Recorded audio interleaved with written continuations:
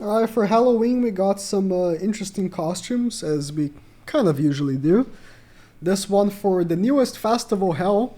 They're hitting all the notes here. You got the cleavage in the front and back, so you know, the usual. I'm gonna use this video as an opportunity to kind of talk about what I think of Hell. That is the cut-in. Like, you know, for the people that are still on the fence for summoning for her, what I think about her in general, being a festival Ragnarok, and the impact it's had in terms of the game. So far, this has been one of the worst months of viewership ever. Oh, sorry, the worst. The worst. And it's mainly because no one cares, right? No one cares about this character. No one cares about Ragnarok. Except like 4 or 5 people that always reply that they do. But numbers don't lie, people do. So in terms of that, that's what I think about Hell. Is she good? She's good. As good as a festival can be. But the problem that I see is that, is she good enough that we're gonna keep using her for months and months to come? That's the real deal with festivals, right? Because you don't want to just summon for 900 gems on a festival that's going to be replaced soon. That is an issue that a few festivals had. Not many. Most festivals last a good amount of time.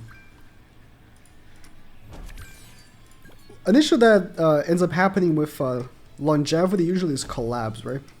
But the problem with this festival is that if you are running her, it has to be with tier and not necessarily Freyr, but a variation of, you know, tier plus another good unknown. And a lot of people find success running unknown without her anyways. So it was like a... You know how Demon King is somewhat of an upgrade to Nebula Zeldris, right? They're both named Zeldris, you can't run them together, so you have to choose one or the other. But a lot of people skip Demon King to just run Zeldris, and they did just fine. They get Champ 1 just fine without Demon King, you know? It's kind of a more extreme version of that, where really, it's pretty much a minor improvement on Unknown when you look at it. Don't get it twisted, she's still way better. Maybe not way better, but she's still better than running Unknown without her, that's for sure.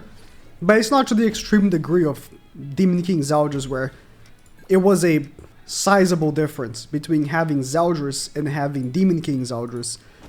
With Hell, it's more like, okay, I'm not running Echidna, I'm running Hell, and it's quite a bit better.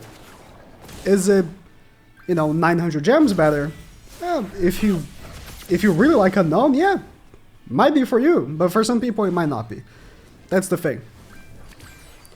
I feel like they kind of held back on her kit a little bit because they knew Tyr was too strong. I think Tyr is the problem.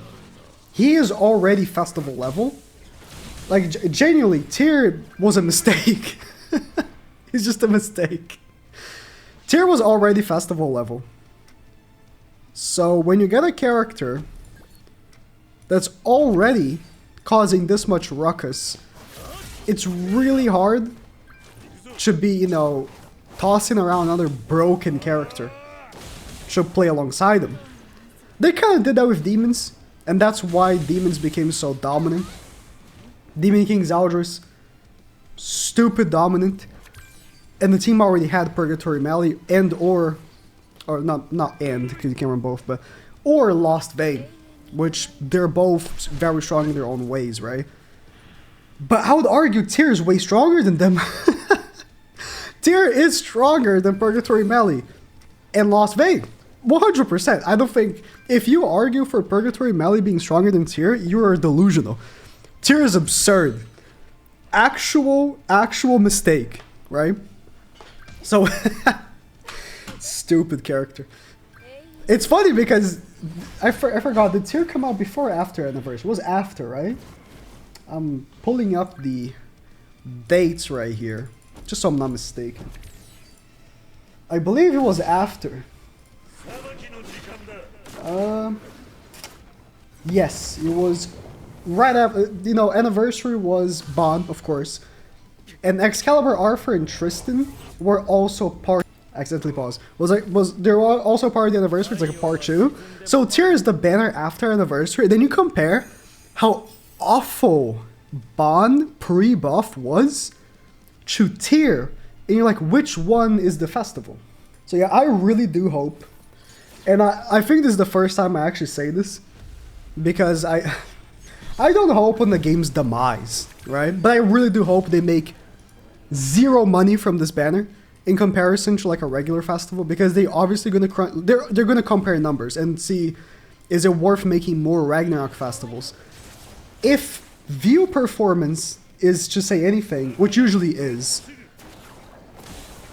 probably they're making way less money, because even the Japanese YouTubers are getting no traffic, nothing.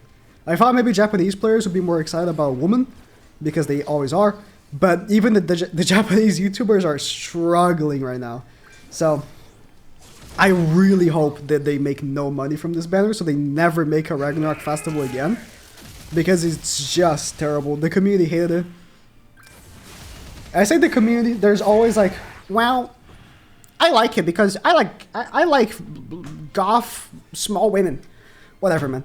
I'm talking about the majority of people, which is what matters, right? The majority of people, they don't really care. It's evident. And I also don't, you know? I mean, I like the character design, don't get me wrong. Just could have been a normal banner, not a festival. Soon enough, we should have the numbers. I don't know how long it takes for them to become public, the numbers for money. I do know that they got like 14th place top grossing, which for a festival is not that good. You know, if you've... At this time of year especially, because the thing is that when they get top grossing, or close to top grossing, like end of year, which usually happens with Meliodas, like Meliodas festivals, they usually get top 2 or top 3 grossing. And it's like, oh, then get number 1. But that's because end of year is extremely competitive. Like Fate drops their big banners and can't compete with Fate. You know, mainly Fate is usually the one that gets top 1. And then if Grand Cross gets a top 2, it's like top 2 after Fate. And then, you know, you can't compete with Fate. It's just not happening. But, you know, that's end of year. Right now, there's not much. This is why Elizabeth got top 1 grossing as well.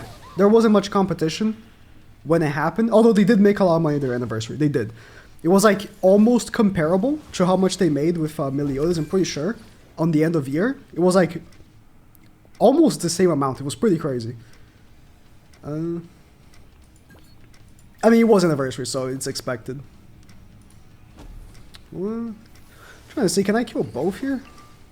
I think I can. I think Tyr will kill. Oh, of course. I was like, is Tyr gonna kill? Yeah. What a question. Stupid character. Stupid character. I can't believe when he came out, the first thing, Sora texted me. Like immediately, he came out, and I was testing him. Sora texted me. He was like, "This guy is stupid." Like, this guy is a mistake, right? And I had just like played one match. I was like, yeah.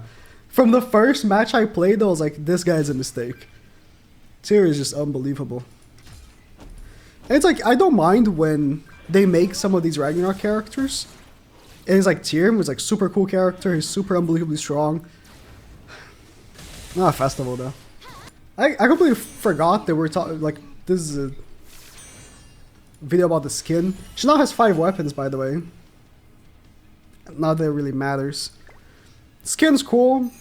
If you don't get it right now, I don't know if you can get it with gems, by the way. Usually on the patch notes it says that after the period you can buy it with gems. I don't recall seeing it in the patch notes. If you can buy it with gems, you know, it is her 5th weapon, and if you're running her, you might want to get it. Because, I mean, she probably is going to get more cosmetics. I'm going to assume she's going to get a Hawk Pass. The one thing I had... there was... Zeldris here. I didn't have his 5th weapon. Now I do. Until now, because they didn't have the Halloween costume, and I had to wait a whole year for the Halloween costume to come back. So, never know, but yeah.